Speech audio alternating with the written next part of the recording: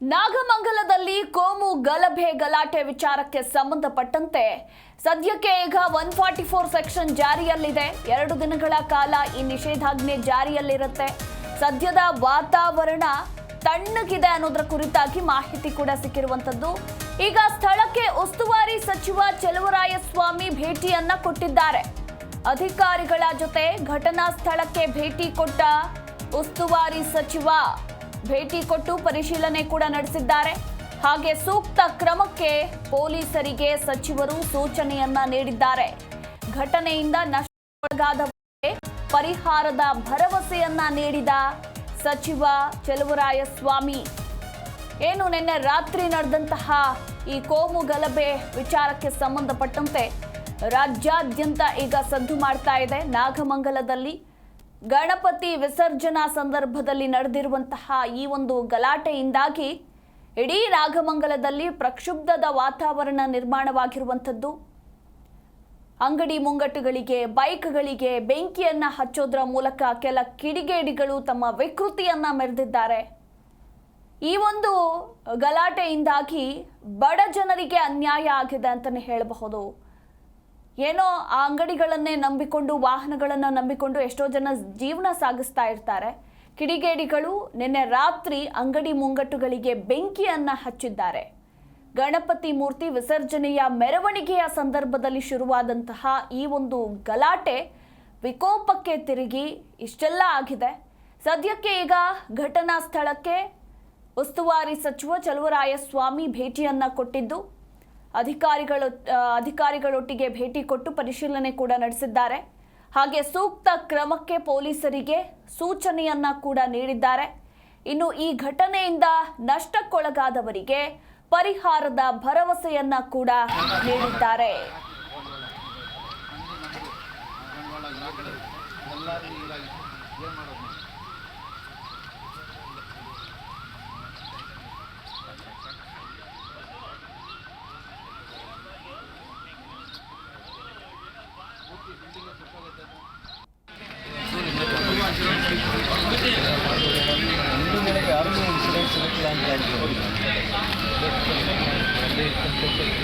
कई ब्रदर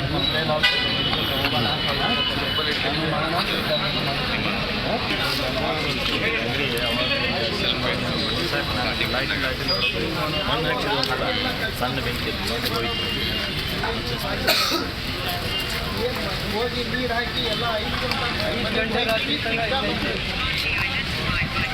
ಯಾರೋ ಮಾಡೋದು ಎಲ್ಲರಿಗೆ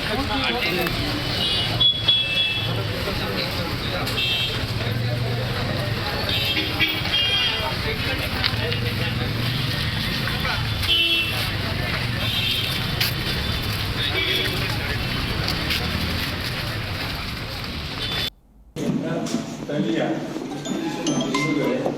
ಅನೇಕ ಬಾರಿ ಸಣ್ಣ ಪುಟ್ಟ ಇನ್ಸಿಡೆಂಟ್ಗಳು ಬಂದಾಗ ಇಬ್ಬರು ನಮ್ಮ ಜೊತೆ ಮಾತನಾಡಿರ್ತಕ್ಕಂಥ ನಿದರ್ಶನಗಳಿದ್ದಾವೆ. ಸರ್ ಒಂದು ಸ್ವಲ್ಪ ಪೊಲೀಸ್ ಅಧಿಕಾರಿಗಳಿಗೆ ಇಂದ ಸನ್ನಿವೇಶ ಇದೆ, ಕಂಟ್ರೋಲ್ ಮಾಡಿದ್ದಾರೆ, ಮುಸ್ಲಿಮ್ಸು ಹೇಳಿದ್ದಾರೆ, ಹಿಂದೂಗಳು ಸಹ ನಮ್ಮ ಹಾಗಾಗಿ ಬಹುಶಃ ಇಲ್ಲಿವರೆಗೆ ಯಾವುದೇ ಇನ್ಸಿಡೆಂಟ್ ಆಗದಂಗೆ ಇಲ್ಲಿವರೆಗೆ ಭಾಳ ಪೀಸ್ಫುಲ್ಲಾಗಿ ನಾನು ನೋಡೋದು ಈ ಇನ್ನೂ ಮುಸ್ಲಿಂ ಆಗಿರ್ತೀನ ನಿನ್ನೆ ದುರಾದೃಷ್ಟ ಆಗಬಾರ್ದಾಗಿತ್ತು. ಈಗ ಮೊನ್ನೆ ಮಂಗಳೂರಿನಲ್ಲಿ ಎಲ್ಲರೂ ಸೇರಿ ಗಣಪತಿ ಉತ್ಸವ ಮಾಡಿದ್ದಾರೆ. ಸೊ ಆ ಥರದ್ದು ಎಲ್ಲ ಕಡೆ ಆದಾಗ ಮಾತ್ರ, ಬಟ್ ಇಲ್ಲಿ ನೆನೆ ಆಗಬಾರ್ದಾಗಿತ್ತು ಇನ್ಸ್ಟೆಂಟ್ ದುರಾದೃಷ್ಟ ಆಗಿದೆ. ಬಟ್ ತಕ್ಷಣ ಬಹುಶಃ 9 ಗಂಟೆಗೆ ಸೀರಿಯಸ್ ಆಗಿ ಸ್ವಲ್ಪ ವಿಕೋಪಕ್ಕೆ ಹೋಗಿದೆ. ಒಂದು 2 ಅವರ್ಸ್ ಒಳಗಡೆ DC ಅವರು, SP ಅವರು, ನಮ್ಮ ಮೈಸೂರಿನ IG ಮತ್ತು ತಾಲೂಕಿನ ಮತ್ತು ಜಿಲ್ಲೆಯ ಎಲ್ಲ ಅಧಿಕಾರಿಗಳು ಒಟ್ಟಿಗೆ ಗ್ಯಾದರ್ ಆಗಿ ಸೊ ಏನು ಕಂಟ್ರೋಲ್ ಮಾಡಲಿಕ್ಕೆ ಸಾಧ್ಯನೋ ಡ್ಯಾಮೇಜನ್ನು ಅಟೆಂಡ್ ಮಾಡಿದರೆ, ಆದರೂ ಸಹ ಸಾಕಷ್ಟು ಡ್ಯಾಮೇಜ್ ಆಗಿದೆ. ಸ್ಥಳೀಯ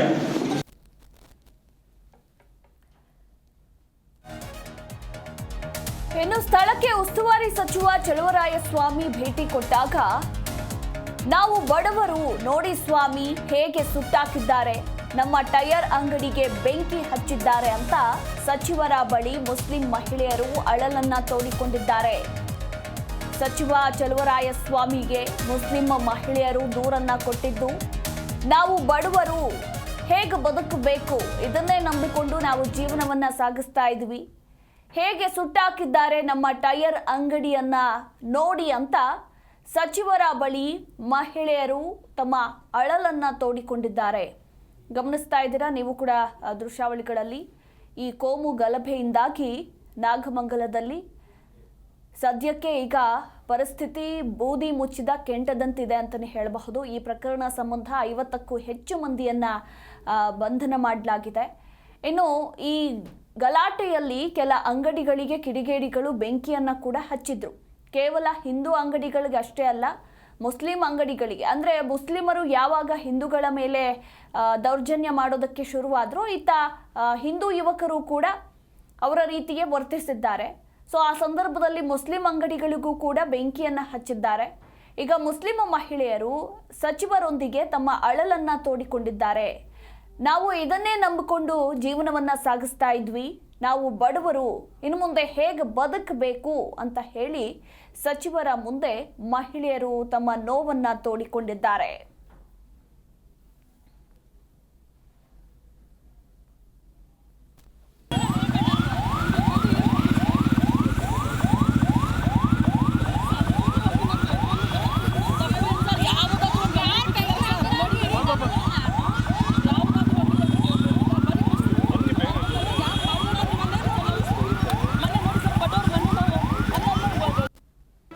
ಜಿ ಕನ್ನಡ ನ್ಯೂಸ್ ಈಗ ನಿಮ್ಮ ಮನೆಯಲ್ಲೇ ನೋಡಿ. ಎಲ್ಲ ಕೇಬಲ್ಗಳಲ್ಲಿ ಈಗ ಲಭ್ಯ. Sun direct 292, Jio TV 1334, U digital 162, city cable 51, GTPL 17, Abhishek cables 821, rock line telecommunication 51, Shri Basaveshwara number 60, Vinayaka digital number 53, in digital number 896ರಲ್ಲಿ ನಿಮ್ಮಿಸ್ತದ ಜಿ ಕನ್ನಡ ನ್ಯೂಸ್ ನೋಡಿ ಆನಂದಿಸಿ.